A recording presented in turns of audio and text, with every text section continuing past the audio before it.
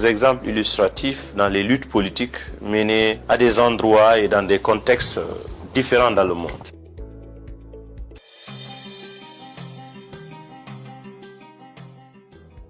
La légitimité des lois et décisions dans la gouvernance de nos États. Restreindre les droits des individus et interdire l'expression des libertés fondamentales sont l'une des caractéristiques des régimes autocratiques. Le système répressif s'instaure par la stratégie des lois et décisions liberticides taillées sur mesure. À défaut d'avoir de la vertu et la capacité à régler ou anticiper sur les problèmes de la société, les dirigeants véreux et radicaux s'arrangent toujours à rendre illégales toutes les formes pacifiques de contradiction. Cela leur permet de prédisposer les esprits immatures, donc manipulables, à la justification de la répression, aux emprisonnements et à toute forme de maltraitance des opposants et activistes. Ce type de pratique encourage la radicalisation et la clandestinité dans la résistance. Il va de soi, lorsque les gouvernants rendent impossible la forme démocratique de conquête et d'exercice du pouvoir, ils encouragent de façon implicite l'émergence d'autres options. L'histoire nous enseigne quelques exemples illustratifs dans les luttes politiques menées à des endroits et dans des contextes différents dans le monde. En Afrique du Sud, l'African National Congress, l'ANC, le mouvement anti-apartheid qui avait été interdit d'activité par les autorités prétendument légales et légitimes du pays, les partisans et leaders de la contestation étaient considérés comme étant des terroristes communistes. Donc leur répression sanglante y trouvait sa justification. Leur organisation était également sur la liste noire de plusieurs pays qui collaboraient avec le régime d'apartheid.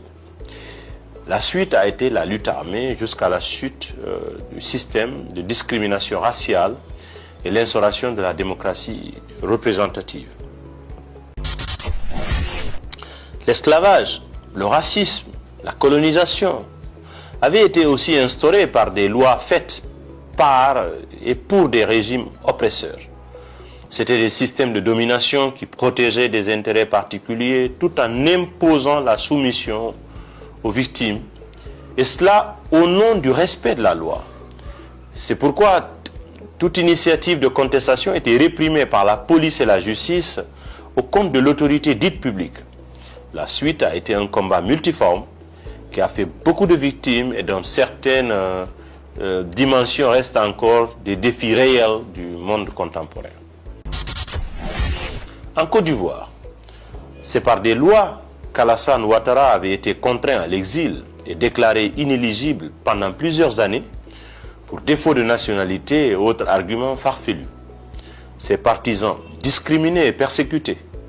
La suite a été plus de 8 ans de guerre civile et de lourdes conséquences pour le pays et la sous-région, dans la mesure où la crise se passait dans la première économie de la zone de l'Union économique et monétaire ouest-africaine UEMOA.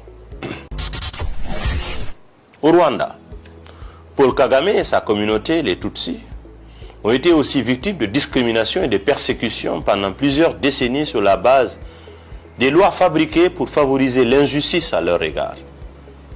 L'apothéose de la criminalité d'État a été le génocide de plus de 800 000 Tutsis en 1994.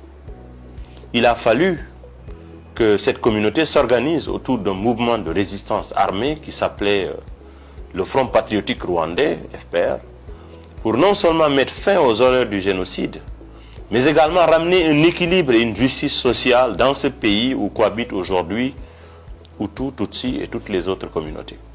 En fait, lorsque les politiques se mettent au service du mal, ils taillent les textes de loi à la mesure de leur agenda, en utilisant des idéologues, des théoriciens, des juristes pyromanes. C'était le cas dans les exemples précités et sous d'autres cieux qui vivent encore ou ont vécu des tragédies similaires. C'est pourquoi la loi et les théories dans certains contextes ne peuvent suffire pour rendre acceptables tous les actes d'une autorité publique. Raison de plus pour poser souvent la question sur la légitimité de ceux qui gouvernent. Qui fait la loi? Selon quelle modalité? Quelle est la qualité de leur mandat? Sont-ils correctement élus ou nommés pour prendre des décisions d'ordre législatif, administratif pour l'intérêt général? À cet égard, il faut se dire qu'un régime politique en crise de légitimité, soit par les conditions de son élection ou par son inefficacité dans la gestion, ne peut disposer d'une autorité suffisante pour prendre certaines catégories de décisions, tant sur le plan politique, économique, au risque de mettre en danger l'équilibre politique et social du pays. Parmi ces décisions les plus préjudiciables à l'avenir social et économique figure la question constitutionnelle, l'octroi des concessions minières sur les ressources non renouvelables du pays sans aucun contrôle parlementaire, je veux dire des élus du peuple. Ces contrats sont souvent plus risqués lorsqu'ils reposent sur des prêts adossés aux ressources minières du pays. Bonne chance à la Guinée.